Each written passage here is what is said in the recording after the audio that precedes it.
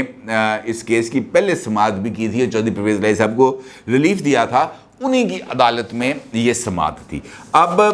اس کے اوپر جب یہ درخواست گئی کہ جناب آپ کے آرڈرز کے باوجود گرفتاری ہوئی ہے، تو پھر جب برہمی تو عدالت کی بنتی تھی، اور عدالت اس کے اوپر برہم بھی ہوئی، اور جس کے اوپر فوری طور پر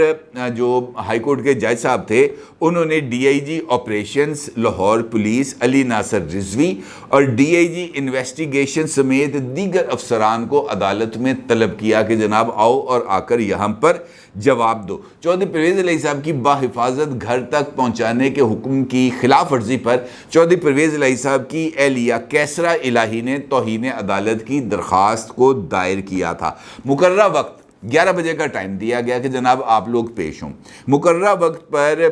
جو D I G security Lahore ہیں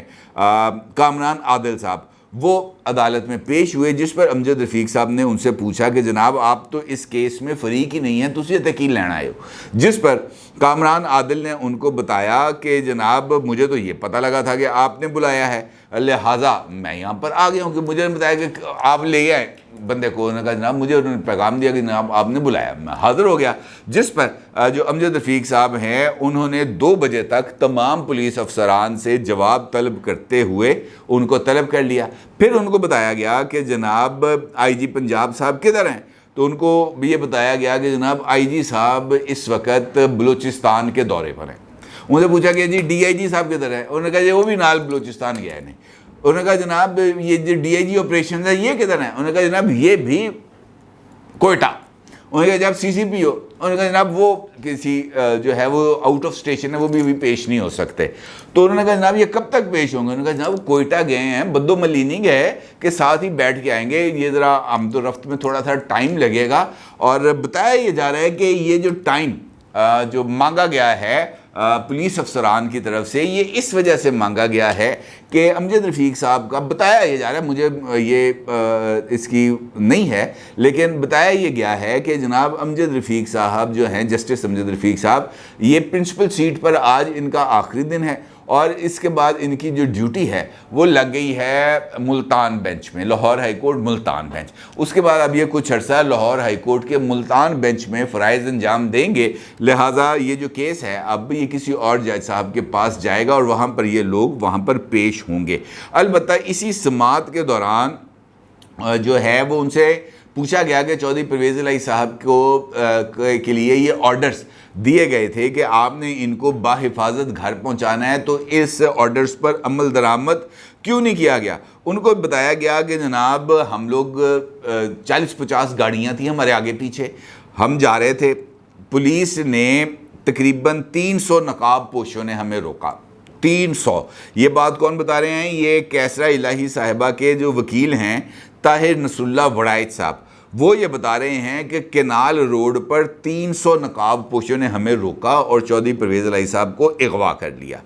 اس موقع پر جسٹس امجد رفیق صاحب نے دریافت کیا کیا روٹ کو زیرو نہیں کرایا گیا تھا، جس پر نصر اللہ وڑائچ صاحب نے طاہر نصر اللہ وڑائچ صاحب نے کہا کہ 40 سے 50 گاڑیاں ہمارے آگے اور پیچھے تھیں، 3 گاڑیوں نے ہمیں روکا، ہماری گاڑی کے آگے بریک لگا دی گئی، جیسے ہی گاڑی رکی D I G investigation Lahore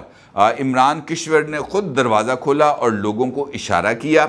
میں نے مزاحمت کی لیکن ناکام رہا، جس پر جسٹس امجد رفیق نے کہا کہ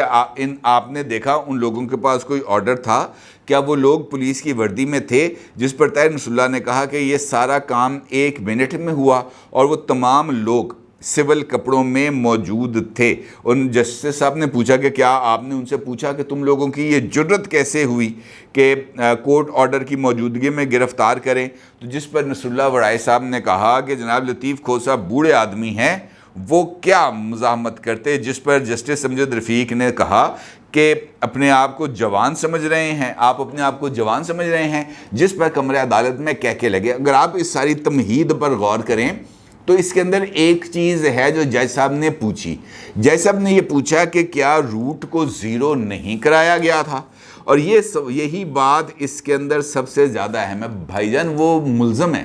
ایک سے زائد مقدمات میں ملزم ہیں، کیا کسی ملزم کو روٹ 0 کر کے گھر تک پہنچایا جائے گا؟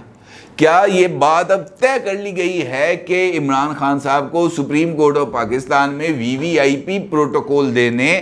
گڈ ٹو سی یو کہنے کے بعد، مرسیڈیز گاڑیوں میں ان کو لے کے آنے کے بعد یہ بات اب طے کر لی گئی ہے کہ جو بھی عدالتی ملزم ہوگا اس کو روٹ 0 کر کے پولیس پروٹیکشن کے اندر گھر پہنچایا جائے گا؟ یہ روٹ 0 کا مطلب پتہ ہے آپ کو کیا ہے؟ روٹ 0 کا مطلب یہ ہے کہ جس روٹ پر ہائی پروفائل شخصیات گزریں اس روٹ پر بندہ کیا پرندے کو بھی پر مارنے کی اجازت نہ ہو۔ روٹ 0 کا مطلب یہ ہے کہ ٹریفک کو روک دیا جائے، پولیس وہاں پر موجود ہو، ہوٹر بجاتی ہوئی گاڑیاں چل رہی ہوں،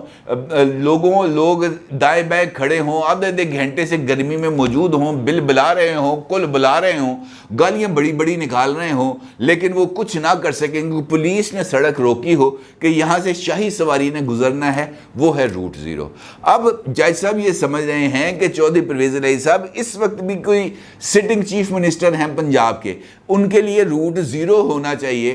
کہ جناب جب وہ گزر رہے ہوں سڑک کے اوپر روٹ لگاؤ۔ نہیں جناب، ایسا نہیں ہوتا۔ عام آدمی کے لیے روٹ 0 نہیں ہوتا، کسی بھی ملزم کے لیے روٹ 0 نہیں کرایا جاتا۔ روٹ 0 کے لیے کچھ اور SOPs ہیں جو بلو بکس میں موجود ہیں۔ کسی بھی سابق چیف منسٹر کے لیے، کسی بھی سابق اسپیکر کے لیے، کسی بھی سابق منسٹر کے لیے روٹ 0 نہیں کرایا جاتا۔ لیکن انہوں نے کہا جناب روٹ 0، میں تو بڑا ہی حیران ہو گیا یہ بات سن کے کہ روٹ 0 کیوں کرایا جائے۔ اب روٹ 0 ہوا۔ چودھری پرویز الہی صاحب کو جس وقت اٹک جیل سے لے کر انہوں نے پنڈی منتقل کیا اس وقت روٹ 0 ہوا کیونکہ ایمبولنس میں تھے وہ، اور ایمبولنس کو گزارنے کے لیے ان کو فوری طور پر ٹریفک کو دائیں بائیں کرنا ضروری تھا، اور پھر اس کے آگے وہ چیزیں موجود تھیں، روٹ 0 کرایا گیا تھا۔ ادروائز روٹ 0 کرانے کی ضرورت نہیں تھی۔ مطلب کیا تھا؟ مطلب یہ تھا اس ساری گفتگو کا کہ یہ بات باور کرانی تھی کہ جناب یہ دو لوگ ہیں، they are darlings of the court, یہ کورٹ کے پسندیدہ لوگ ہیں، لہٰذا ان کے لیے، ان کی سہولت کاری کے لیے ہر ایک ایکسٹینڈ تک جانا پڑے گا، چاہے وہ جائز ہو یا ناجائز ہو۔ اب اس کیس کے اندر فردر کیا ہوگا یہ اسی صورت میں پتہ چلے گا جب اس کیس کے بارے میں نئی فکسیشن ہوگی۔ البتہ یہ بات ضرور ہے کہ حالیہ دنوں کے اندر ہمیں کچھ ایسی چیزیں، بلکہ اگر آج آپ عمران خان صاحب کا دیکھیں سائفر کیس، جہاں پر عمران خان صاحب کو خصوصی عدالت میں ان کی بیل اپلیکیشن کی ہیئرنگ ہونی تھی، جیسے چلے گئے جناب 1 ہفتے کی چھٹی پہ، جناب امیر الاسناد ذوالقرنین صاحب 1 ہفتے کی چھٹی پہ چلے گئے، اور انہوں نے یہ بتایا کہ ان کی اہلیہ کی طبیعت درست نہیں ہے، لہٰذا 1 ہفتے تک کوئی مقدمہ نہیں سنیں گے، کوئی ضمانت کی کیس وہاں پر نہیں لگائے جائیں گے۔ اب 1 ہفتے کا مطلب یہ ہے کہ آج 2 تاریخ ہو گئی ہے، 8 تاریخ تک ان کی چھٹی ہوگی، آگے اس کے بعد 2-4 دن وہ اور بلا لیں گے، نوٹس دے دیں گے، اسی دوران 16 سپٹمبر آ جائے گی اور لوگ گھاٹ چلیں گے۔ یہ جو مقدمات اس وقت کھینچے جا رہے ہیں اس کے لیے لوگوں کو 16 سپٹمبر کا انتظار ہے، اور 16 سپٹمبر کے بعد جو کیسز ہیں وہ لگیں گے بھی، کیونکہ کسی طرح کی اب سہولت کاری نہیں ہو پائے گی، نہ لاہور سے نہ اسلام آباد سے۔ اور اب یہ جو پیغام ہے میرا خیال ہے یہی کافی ہے کہ ہم نے اگر بندے پر ہاتھ ڈالا ہے تو اس کو اب کسی بھی صورت کوئی نہ رعایت ملے گی اور نہ گنجائش ملے گی، البتہ سرپرائز ملیں گے، بالکل ویسے ہی جیسے چودھری پرویز الہی صاحب کو اٹک جیل میں سرپرائز ملا، تیار بیٹھے تھے لاہور آنے کے لیے، محمد خان بھٹی سے ملاقات ہوگی اور اس کے بعد دھڑکنیں بالترتیب۔ اپنی رائے کا ضرور اظہار کیجیے گا۔ آپ کا بہت شکریہ، اللہ حافظ۔